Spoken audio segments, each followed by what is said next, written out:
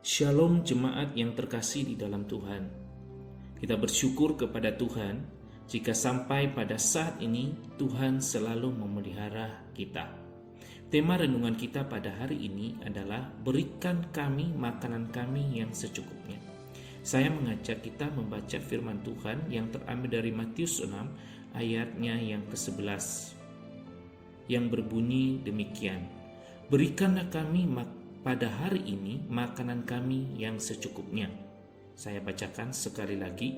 Berikanlah kami pada hari ini makanan kami yang secukupnya. Saudara yang terkasih di dalam Tuhan, beberapa hari yang lalu saya membaca sebuah berita tentang status seseorang di Jakarta.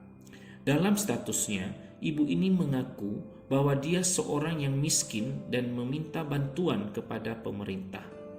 Sebenarnya gaji suaminya per bulan adalah 20 juta rupiah.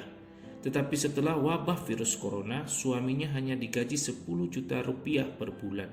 Menurut dia, gaji 10 juta rupiah per bulan sangat tidak cukup bagi mereka, karena hanya 500.000 saja yang dapat mereka gunakan untuk kebutuhan sehari-hari. Dan kalau kita perhatikan, di Jakarta uang 500.000 rupiah sangat tidak cukup untuk kebutuhan sehari-hari. Sehingga ibu ini mengatakan bahwa dia sangat membutuhkan bantuan dari pemerintah. Pertanyaannya adalah, kemana gaji suami ibu ini yang 10 juta? Ternyata selama ini mereka kredit mobil dan mengambil KPR yang cicilannya hampir 10 juta rupiah. Sehingga sebagian besar gaji suami ibu ini digunakan untuk membayar kredit mobil dan KPR. Saudara-saudara yang terkasih di dalam Tuhan, banyak orang yang khawatir tentang kebutuhannya, apalagi dalam suasana seperti ini. Banyak kebutuhan dan keinginan kita yang terganggu. Hal ini tentu menimbulkan kekhawatiran di dalam diri kita. Di tengah-tengah keadaan seperti ini, bagaimana kita sebagai orang percaya menyikapi akan hal ini? Apa yang harus kita lakukan? Jemaat yang terkasih di dalam Tuhan, firman Tuhan yang kita baca pada hari ini adalah bagian dari doa Bapa kami yang mengajarkan kepada setiap kita untuk berdoa kepada Tuhan di dalam kita memenuhi kebutuhan kita. Dalam Matius 6 ayat 11 mengatakan demikian, berikanlah kami pada hari ini makanan kami yang secukupnya. Saudara-saudara yang terkasih di dalam Tuhan, banyak orang menganggap bahwa doa ini sebagai mantra yang punya kekuatan supranatural. Tentu Tuhan Yesus tidak mengajarkan doa ini untuk dijadikan mantra oleh orang-orang percaya.